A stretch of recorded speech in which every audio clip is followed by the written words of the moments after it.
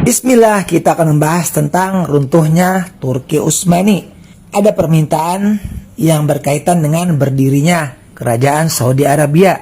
Dan juga karena masih banyaknya saudara kita kaum muslimin yang tidak tahu atau tidak paham fakta sejarah sebenarnya tentang runtuhnya Turki Utsmani, yang selama ini mereka dapatkan hanya dari medsos yang tidak jelas sumbernya, hanya hoak-hoak yang mereka dapatkan selama ini, namun mereka yakini kebenarannya tanpa mau cross-check terlebih dahulu mencari sumber yang valid karena mungkin keterbatasan waktu atau lain sebagainya. Bangsa asli atau penduduk asli Turki Utsmani berasal dari Moghal atau Mongol, atau juga disebut bangsa Tartar, dari kawasan Asia Tengah atau di kawasan barat Laut Cina, yang merupakan suku nomaden atau bangsa yang selalu berpindah-pindah tempat dan tidak ada sedikit pun berdarah Arab. Dan agama mereka pun sebelum Islam adalah merupakan penyembah berhala. Dan setelah memeluk Islam pun mereka mengikuti cara beragamanya kaum Sufi yang penuh dengan khurafat yang mereka ambil dari tokoh Sufi besar mereka, Jalaluddin Rumi, si pencipta tarian berputar yang sangat mengagungkan bangsa Mongol, bangsa penjajah. Dan Utsman Ghazi adalah pendiri Daulah Turki Utsmani pertama pada abad 12 Masehi yang telah berhasil memperluas wilayah kekuasaannya, namun tidak menyebut dirinya sebagai khalifah atau khilafah Turki Utsmani, yakni hanya sebagai dinasti atau kerajaan biasa. Dan kemudian mencapai puncak kejayaannya ketika Sultan atau Raja yang ketujuh, yakni Raja Mehmed II, berhasil menaklukkan Konstantinopel pada tahun 1453 dan dia pun bergelar Muhammad Al-Fatih.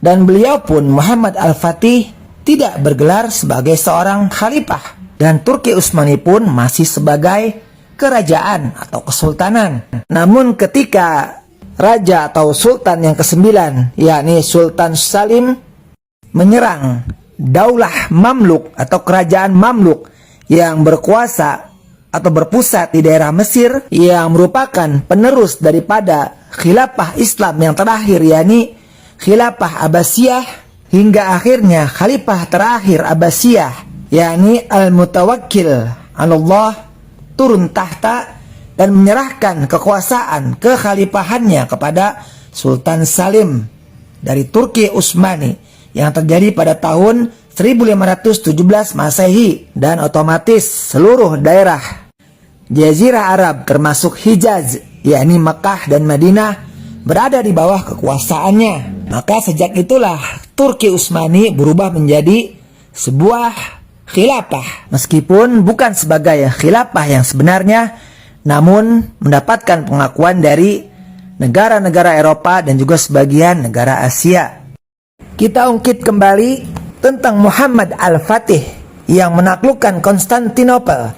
Kemudian oleh sebagian kaum muslimin dikaitkan dengan hadis Nabi yang mulia SAW, bahwa dialah Muhammad Al-Fatih yang dianggap sebagai sebaik-baik pemimpin oleh Nabi yang mulia SAW. Namun ternyata derajat hadis tersebut dhaif atau lemah, karena ada cacatnya seorang perawi yang bernama Abdullah bin Bishr Al-Ghanawi. Dan andai pun sebagian kaum muslimin menganggap sahih hadis tersebut, ternyata masih ada hadis pelengkapnya atau mubayyin yang menjelaskannya, sebagaimana yang telah dijelaskan oleh ulama hadis abad 20 Syekh Ahmad Shakir dari Mesir, bahwasannya hadis tentang penaklukan Konstantinopel itu banyak, saling melengkapi dan menjelaskan satu sama lain. Dan hanya para ulama ahlul hadislah yang bisa menjelaskan makna hadis tersebut. Di antaranya adalah hadis berikut dari Anas radhiyallahu an. Beliau berkata, penaklukan Konstantinopel akan disertai atau dibarengi dengan terjadinya hari kiamat. Hadis sahih riwayat At-Tirmidzi. Kemudian ada lagi hadis sahih riwayat Muslim dari Abu Hurairah radhiyallahu an, bahwasannya Nabi bersabda, bahwasannya tidak akan tiba hari kiamat sehingga 70.000 keturunan Nabi Ishaq menyerang kota tersebut, yakni Konstantinopel. Dan mereka tidak berperang dengan senjata, melainkan hanya dengan ucapan tahlil, La ilaha illallah.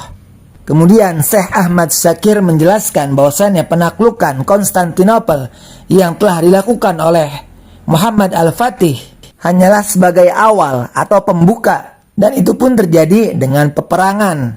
Sedangkan menurut hadis sahih riwayat Muslim, penaklukan Konstantinopel nanti menjelang hari kiamat adalah tanpa senjata, melainkan dengan ucapan tahlil. Dan saat ini Konstantinopel yang telah berganti nama menjadi Istanbul di Turki telah keluar dari kekuasaan kaum muslimin, karena pemerintahan Turki Utsmani yang mereka anggap sebagai khilafah terakhir kaum muslimin telah berakhir pada tahun 1924, dan pemerintahannya berganti menjadi pemerintahan sekuler, yang mana pemerintahnya telah mengumumkan secara resmi bahwa pemerintahan Turki bukanlah pemerintahan Islam dan juga bukan pemerintahan agama. Kemudian memberlakukan undang-undang kafir atas kerjasamanya dengan kaum kafir Yahudi dan Nasrani.